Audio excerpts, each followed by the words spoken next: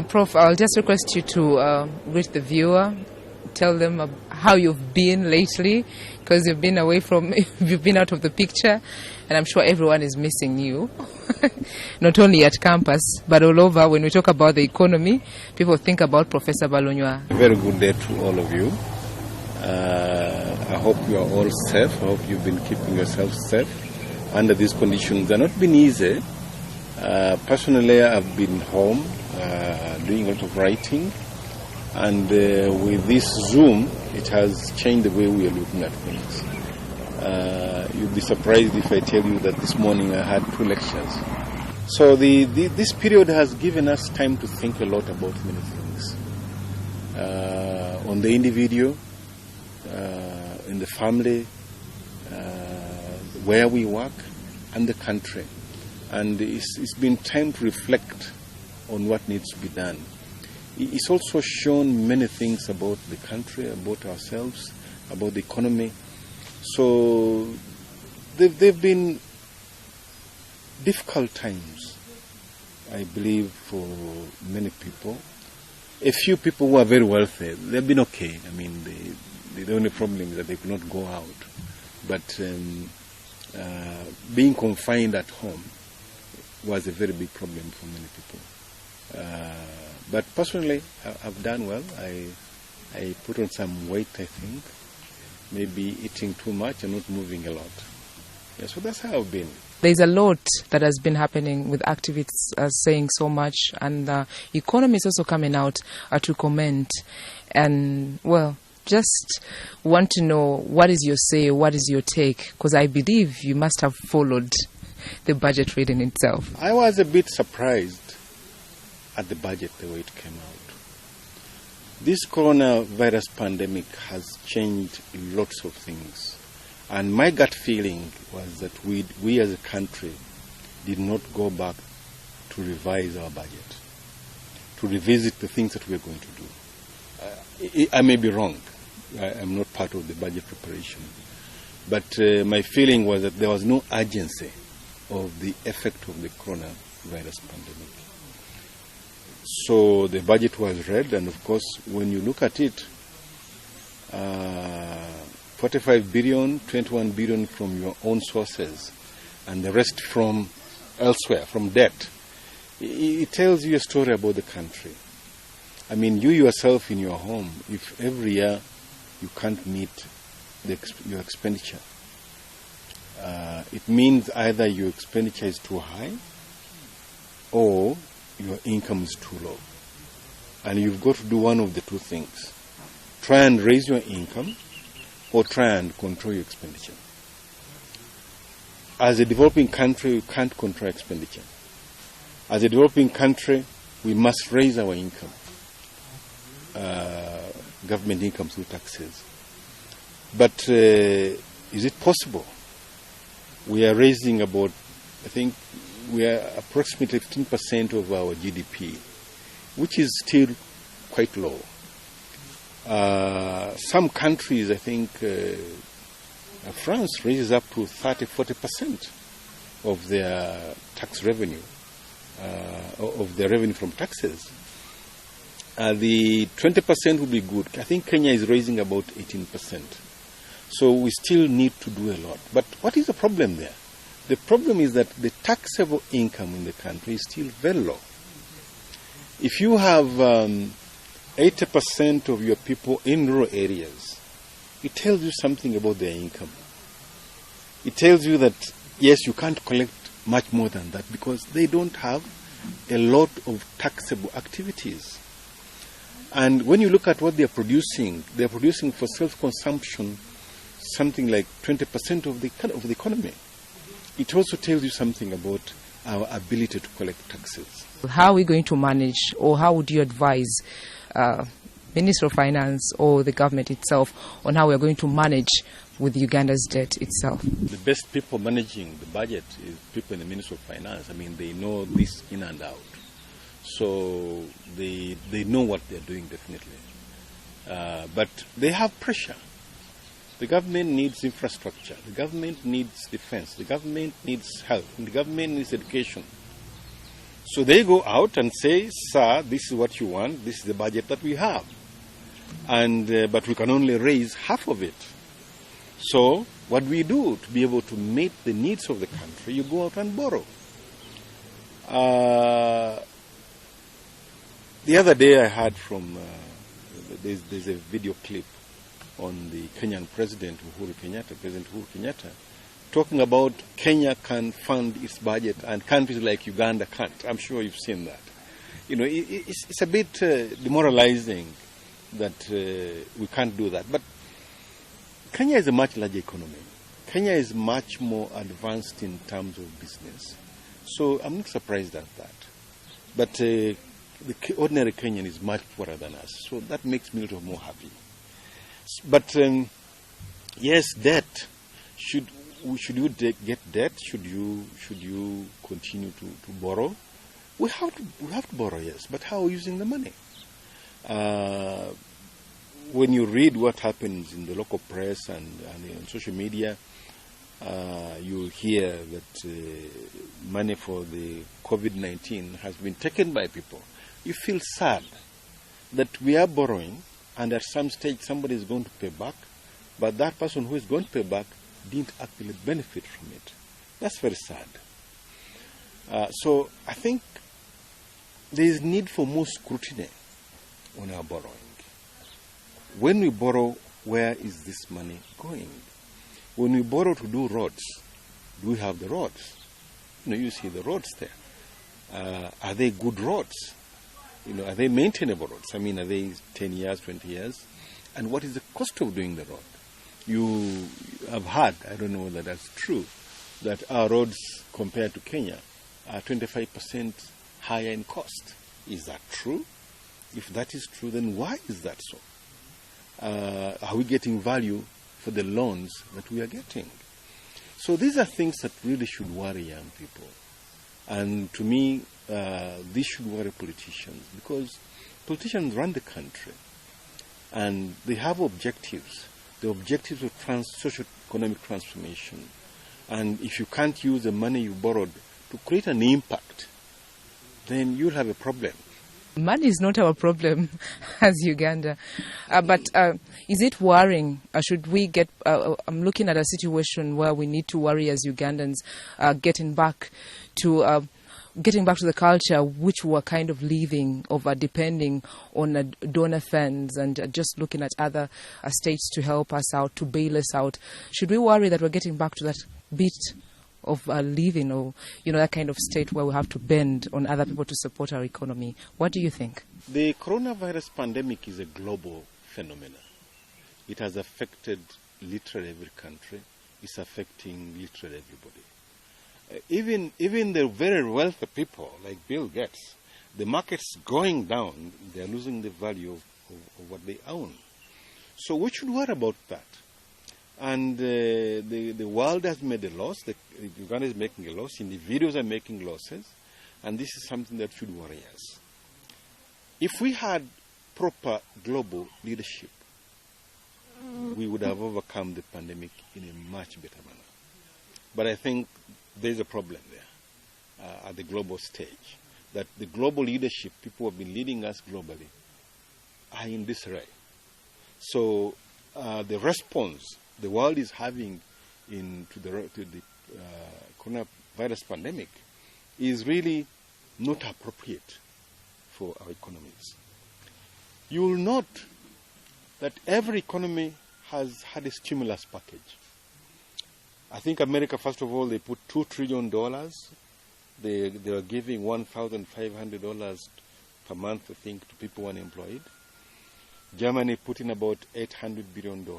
Various countries have been putting in money, depending on what they can afford. The IMF put aside $1.something trillion for developing countries. If you go to the list of who's been borrowing, they're all developing countries. So ask yourself the question, why is it that the developed countries can have a stimulus package, not out of their taxation, but developing countries cannot? This is a very important question. Why is it that the developing countries which are borrowing, you've not heard of Germany going to borrow from IMF? The Central Bank of Germany will provide the funds through domestic borrowing. So we should worry about the debt that we are creating. That already, yes, we are already indebted, and yet the economy, every economy, not only the Uganda economy, is in a mess. I mean, it's going down. The economy has been going down. We yet to recover, either globally or Uganda as an economy. So it should worry us. What's the level of business activity? You as a public person, you may wish to see how many hotels have been operating, how many airlines have been coming in. You may not know, but what is the drop down in sales of the air companies, the mobile telephone companies? How much in terms of mobile transactions has collapsed? About 80%, has collapsed in these industries. So there's need for worry. And there's need for a very calculated budget to take us out of this pandemic. And I don't think we've had that. In terms of decisions, or basically given a platform, the African leadership, and maybe a voice is heard from the developing countries, would it make a change? Would it have an impact globally? No, until when they themselves are able to come together. But they can never come together because the world powers don't want them to come together. If you came together as East Africa, you will not be surprised if one of the countries pulls out of whatever you're trying to do. When you look behind that pull-out, you'll find another international, bigger country maneuvering that country to pull out of an arrangement. So African countries will never have a voice unless if they are united. Unfortunately, they cannot be united. Just Africa has got various components. There is the Arab North. When Africans are talking, will they come and share with you what they are talking? They may not come with you. There is the powerful South Africa. Who does it listen to in Africa? Yes. There is the Anglophone, the Francophone. The Francophone countries have their own grouping. So we are already divided. And there are very few African leaders who can stand up to the West. If you remember the case of the Sudanese president, he was, I think, what do you call it? The international court. International court convicted him, and he was supposed to go. If he went to some countries, if he went to a foreign country, that foreign country was supposed to arrest him and take him.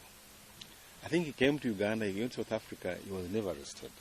So those in such places, you had leaders who could say no. But generally, African leaders can't have a voice because we are too weak economically. And we are too weak economically, not because we want to be too weak economically, but because we don't understand the very essence of business. But there's a growing opportunity. The rivalry between China and the US may be the time to give Africa the opportunity to do a few things and get what they want.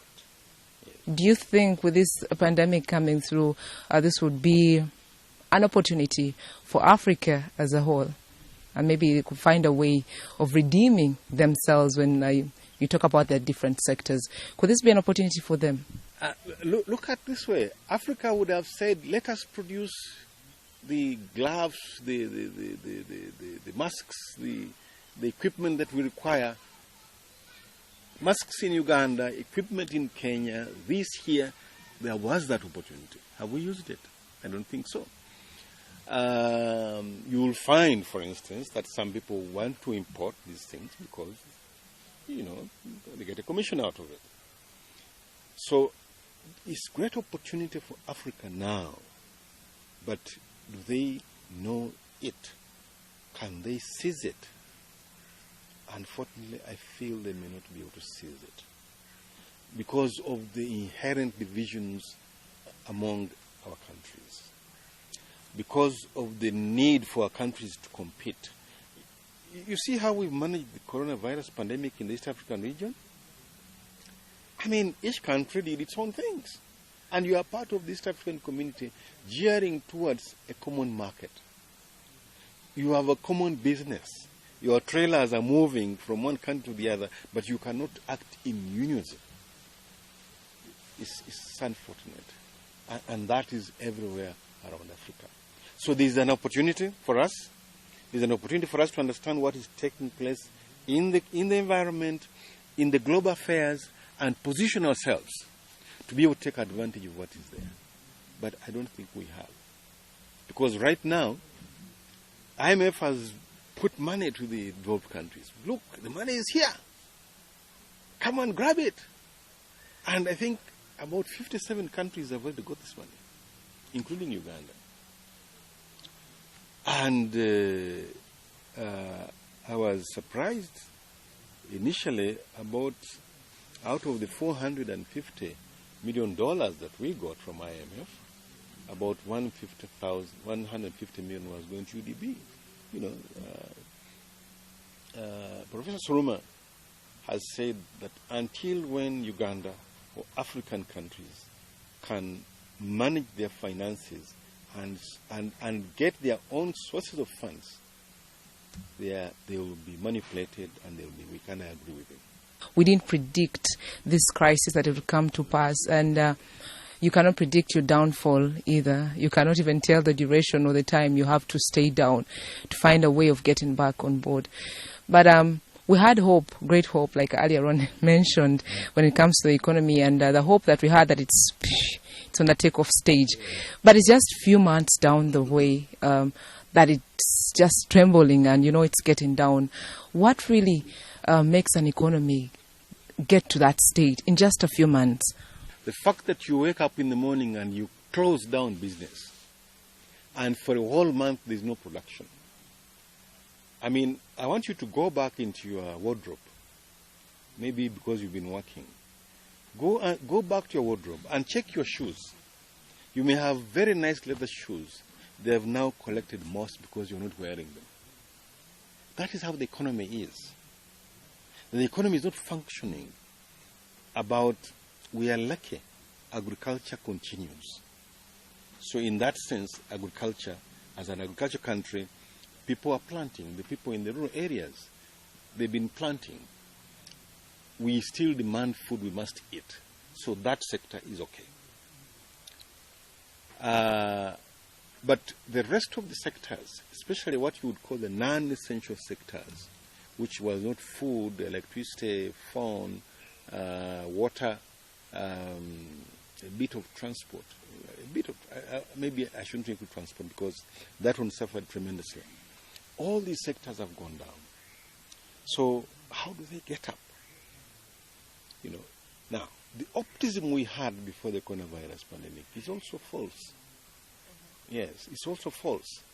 Yes, this economy has been growing, but what is the quality of the growth? What is the quality of the jobs that we've been creating? Go around the industries. The many industries coming up, but what's the quality of the jobs? How many managers are going into these institutions who are bringing money back into your village? You know, these are issues on, yes, the economy, you can have what they call economic growth without economic development. The economy was growing, agreed, increased level of production, but for the ordinary people, it doesn't much. Their transformation was not as much. So, the economy is down. It needs to be stimulated to get up. And how can government do that for the stimulation process? Because almost everyone has really been... I think this is why I'm saying that we... Is there a way that government went wrong at some point? I had expected two things. One, first of all, in the State of the Nation address, for His Excellency the President to announce some preliminary stimulus packages. And I'd also expected that in the final budget, which came up, I think, a day after, that you would see the stimulus package coming up. Economies around the world have been trying to help their businesses to get up. So what do we need to do in this country? What should we have done? You have thousands of companies, small businesses that have been hiring space, and they have not worked for 3 months. Every landlord would want the money, but that money is not there in the economy. No. I mean, if you are my landlord, if I'm your landlord, I want the money. Whether you worked or not, I want the money. But you've not worked for 3 months. So what should have happened? There should have been a partnership between business and government. That look, this fellow has not worked. The country has incurred a national loss. I think forget about the 3 months rent. Because it's a national, everybody has lost. It's not easy. It's not easy to convince landlords to forget that. But at least to say, okay. But can the banks forget? No, I get the banks. You would say, okay, fine, pay 20%. Because I know you didn't work, There should have been a mitigation on the issue of rent for small businesses who are out hiring space and they are not working. I mean, if I was a landlord, I would love that money. I mean, I would like to come and knock on your door and say, look, give me my 3 months rent, Yes. But it's possible that where I work, I've also lost 3 months' income. It's possible. So the country had to understand that and agree on it in terms of rent. It's an expense. You must associate your revenues, your expenditures, your revenues. But you've not had revenues. So that's one thing, that possibly this would have been part of the stimulus to have this person look for money to put in the business and start again. Because he has been eating that money for the last 3 months and not earning. That is one. Two, while that was within, is something to do with the private sector, largely, there is something with government. Government should have reduced taxes. That's why I'm telling you that I'm surprised. When the budget was read, it appeared as if there had been no proper preparation, because I'd expected the minister to give a reduction in taxes, corporation tax, pay as you earn. All these should have been reduced for the period, for the next 6 months or so. So give me more money to spend on the economy so that the economy can get up. So I think on taxation, there was a bit of a problem there. I have a feeling that government would have done better. Because in any case, they will not realize this money. But the gesture of saying, look, I've reduced your tax from 30%, 20%, would have been wonderful for the business community. It would have made them more optimistic. So that is one area. I wrote something and I recommended that government should give some money to business. Because 1 week after the lockdown, there was an outcry among people. And the president responded very well. They said, we don't have food. The person at Kalerwe who sells matoke every day and makes a profit of maybe 10,000 shillings. These 10,000 shillings takes home and buys off food for 4,000 shillings to feed his or her family. Once this person could not sell for 1 week, that person lost the money to feed himself. The second week, they went into the capital. They started eating the capital.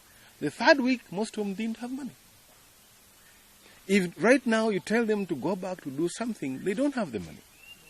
So I had recommended that government gave out food. It's a wonderful gesture. The reports indicate about 1.5 million people, or 1.5. I'm not really sure how many people there. But to be able to stimulate the economy, government had to identify those businesses, legitimate businesses, and give them some money. Not alone.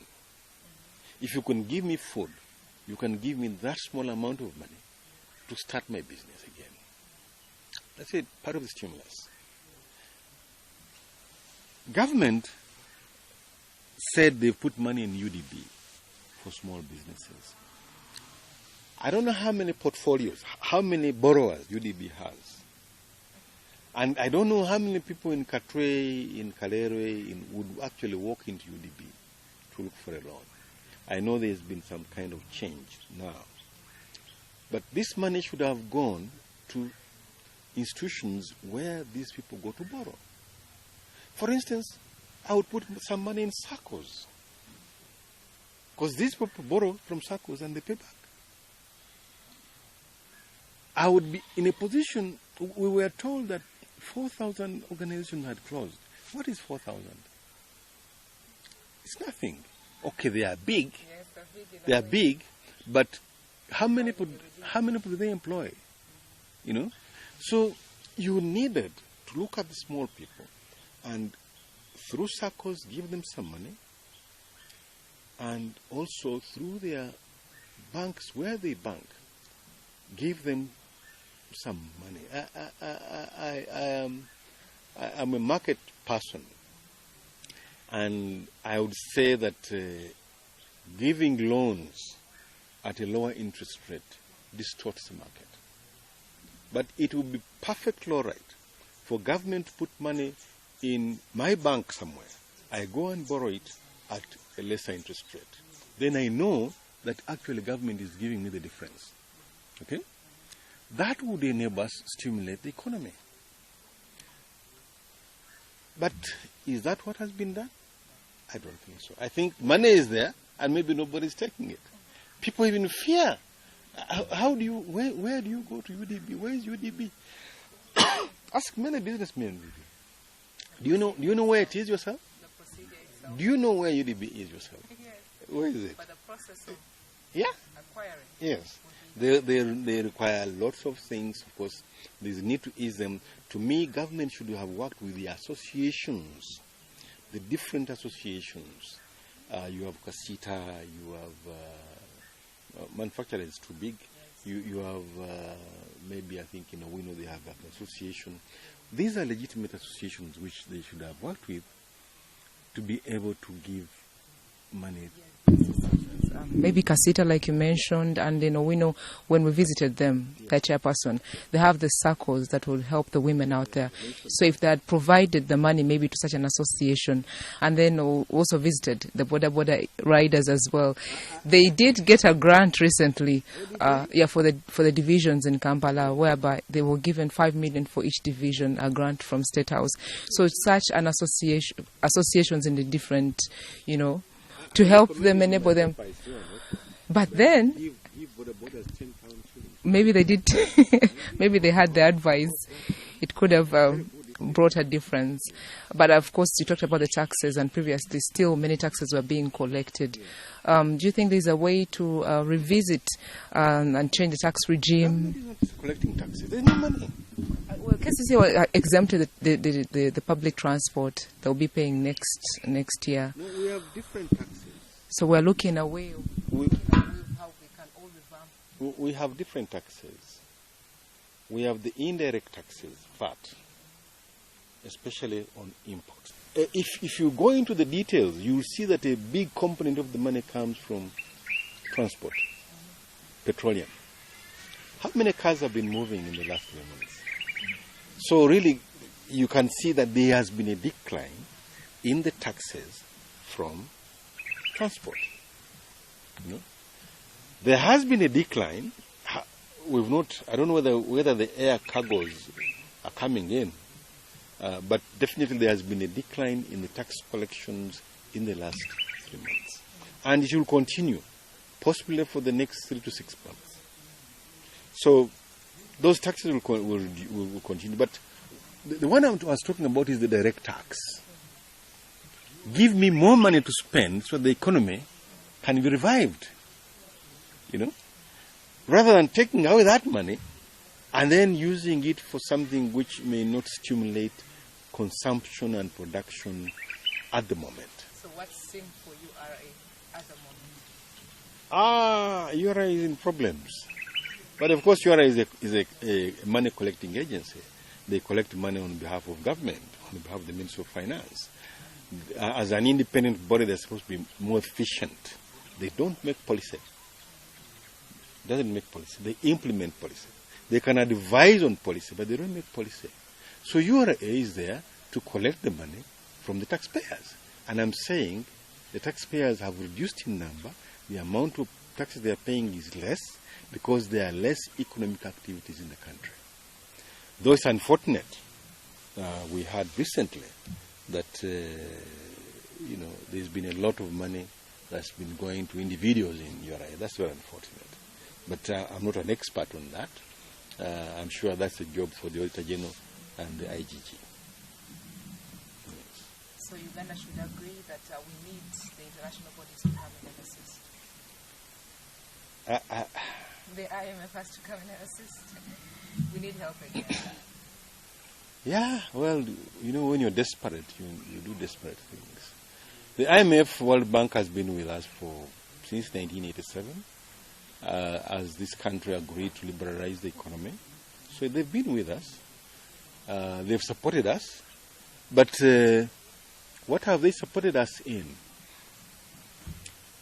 Our current import bill is $6 billion.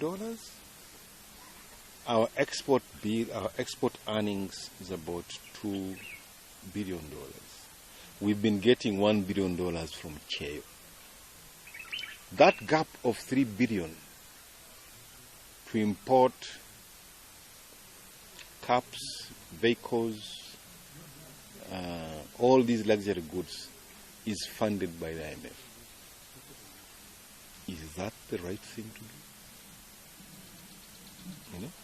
So as a country, we should scrutinize all this and say we are importing drugs worth 1.2 trillion shillings. Is it possible that we can manufacture some of these drugs here? Maybe. A 1.2 trillion industry in this country is huge. So it's possible. We do manufacture certain drugs. But do we really manufacture? I think we kind of assemble. Yes, if you use that word. Though in drugs it may be something different.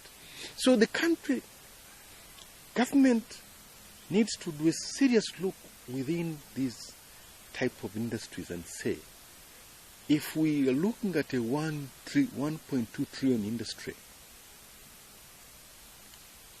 how can we have local industries using local materials out of that and make them efficient? That's where we need to go. Then you reduce on your import bill. We have imported vehicles, I think, over 1 trillion shillings. And our transport system is very expensive. I don't know whether they use the border. It's very convenient, but very expensive. What is wrong? Why can't we plan a cheaper transport system? Affordable. So that we also reduce on these imports of vehicles, because there's a large number of people. If you drive in the morning, you will find many of us who are called my car. They are alone in the car, and the traffic jam in Kampala is horrible. And we continue to import things we can't buy. Because the 1 trillion shillings that we import of motor vehicles, how much is that in terms of our export earnings? Just look at it. And you'll see that, yes, we are borrowing from IMF to fund importation of vehicles, to come onto roads which spoil these vehicles. We definitely need to think a lot as a country. Our politicians need to think a lot with their technical people. Sit down, get absorbed into it, and say, how do you overcome this challenge? And, I mean, you don't have to do many things. Do one thing a year. Address health once this year. Address motor vehicles another year. Solve the problems that are related there. Reduce on your import bill. Yeah. So, the economy is going down. We continue to borrow. We can't export. Our fish imports, I think we exported fish worth $200 million. Then we import fish worth $60 million. Fish you can produce locally. This is the in-depth look, to me, we should do as government. To be able to say, yes, where is the problem? What is the problem? Why is this way? Another industry we're talking about is the aviation industry itself. Yes. It also needs too much to revive itself. Aviation industry is a bit controversial for me. When government, I was the last chairman of Uganda Airlines. I closed it because it was making a loss of $1 million a month. So it was taxpayers' money. And what we're doing, paying some foreigners. So we're taking taxpayers' money, paying some people. So we closed the airline. When it was being reopened, I was one of those people who said, I think it's not time yet. But now that it was opened, I must support it. I must support it as a nationalist, as a Ugandan, as somebody who thinks there should be a change in the way government works. I have put my support behind that, and I fly Uganda Airlines. Now that we are there, we must support it. But we were invited by the Minister of Finance, and we are told to cut our travel abroad budget by 100%. If you have an airline, a national airline, the people who should travel it, the first group of people should be government officials. So this airline which you've just set up, if you cut your travel abroad budget by 100%, there's good cause. Nobody is going to travel for the next 2-3 months. But I'm sure by January next year, if all goes well, people will be traveling. But if we've cut our travel abroad budget by 100%, there will be no money to fund Uganda Airlines. And yet we must go into the coffers of the Ministry of Finance to fund the Uganda Airlines. So these are things that you really must think about a lot. I've told you travel in this country is very expensive because we're using the wrong equipment, we're using the wrong means of transport. Boda and taxi, they're wonderful things. They give incomes to people who are doing them, but they are very costly to the economy. We need the levy. We need buses. But you can't have buses with so many vehicles in traffic jam in Kampala. You can't have buses without roads. Admittedly, there's a lot of road construction. I mean, when President Museveni took over, there were about 600 kilometers of roads. It's now 7,000 kilometers plus. They've done a great job, but there's still a lot to do. There's still a lot to do. So transport is a problem. Our fuel prices are still very high. I mean, the petrol now, the barrel of oil has gone down by about 80%. But have you seen a change in the petrol stations? Nothing. Who is benefiting there? These are things that government should really look at closely and say, well, okay, if you are charging fuel before the pandemic, you were charging 3,500. During the pandemic, people are not traveling. You should reduce, now that we're opening, reduce the price so that people can travel more. But we have a challenge. Travel where? If the traffic jam is so horrible in town. These are things that we must really think about. As you are coming, I believe you came on the expressway. That is the way to go. The northern bypass, that is the way to go. We need more such roads in the country to ease on the transport. So if we are borrowing to put up those roads, fine. But we should borrow so that it is manageable. If the road will last 20 years, we should borrow for 10, 15 years. But we should also manage the cost of doing the road, because the reports you get is that we are, high-cost producers. I don't know that it's true. If I want to take interest in it, I'll do. But these are things that you hear, and you say, okay. If the press reports that this road costs so much, then you say, okay. Or if the press reports that the Katasi Road money was eaten, possibly borrowed, then you start getting that. Yeah. Okay, we have to let you go, but one word to a wise one is enough. To the government and maybe hope to the young entrepreneurs out there, the business people, a word of encouragement, because it looks like this is a situation we just have to find a way to help with. Yeah. For the business people, it's time for you to rethink. There's great opportunity out there. Go and search it. Do not do things the way you've been doing them. You'll get it wrong. The world has changed tremendously. The coronavirus has changed the way we do things. So there's great opportunity. Go out and think. How can I do what I was doing differently? Technology has improved the way we are working. What kind of technology can I use to be able to deliver service, to be able to deliver goods to my people? So we have tremendous opportunity as Ugandans. And in ordinary simple things, no sophistication. Look at where are the Indians succeeding? In shops. What is there in a shop? They're succeeding in importing things in the country. What is there in importing in a country?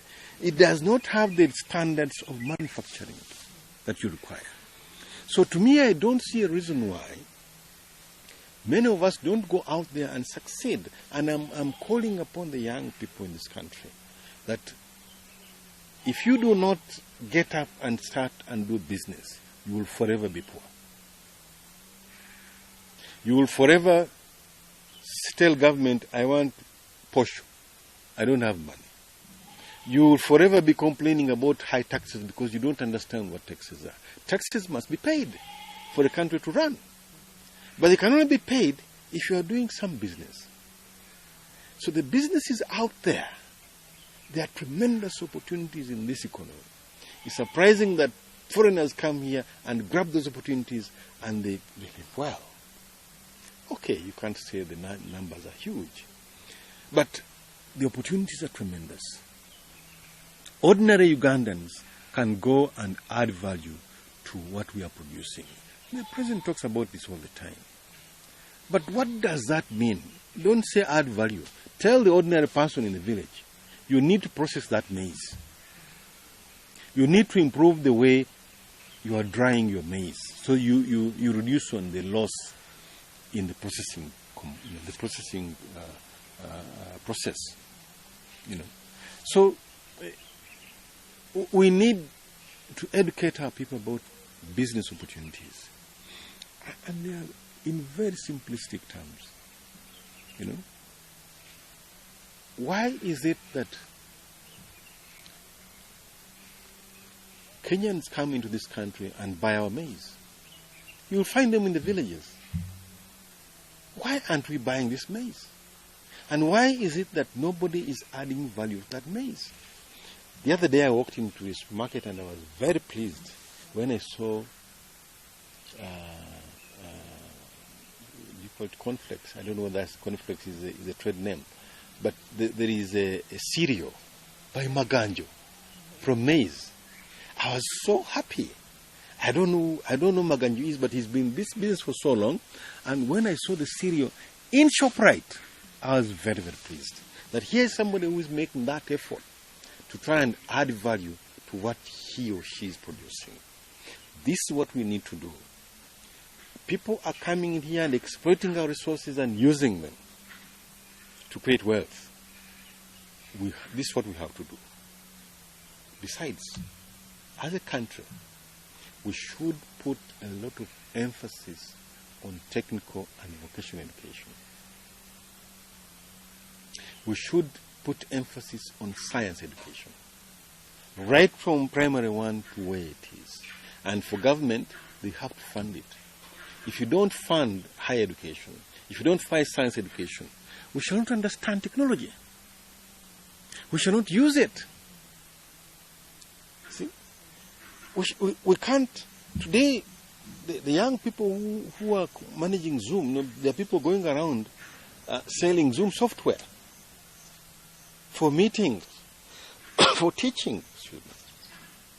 So, we should orient our country into being more science and technical based. Then the ordinary person who stops in senior 4 will have a much more meaningful life, being able to understand how to prepare a maize meal when it collapses. Unfortunately, we need to be much more careful.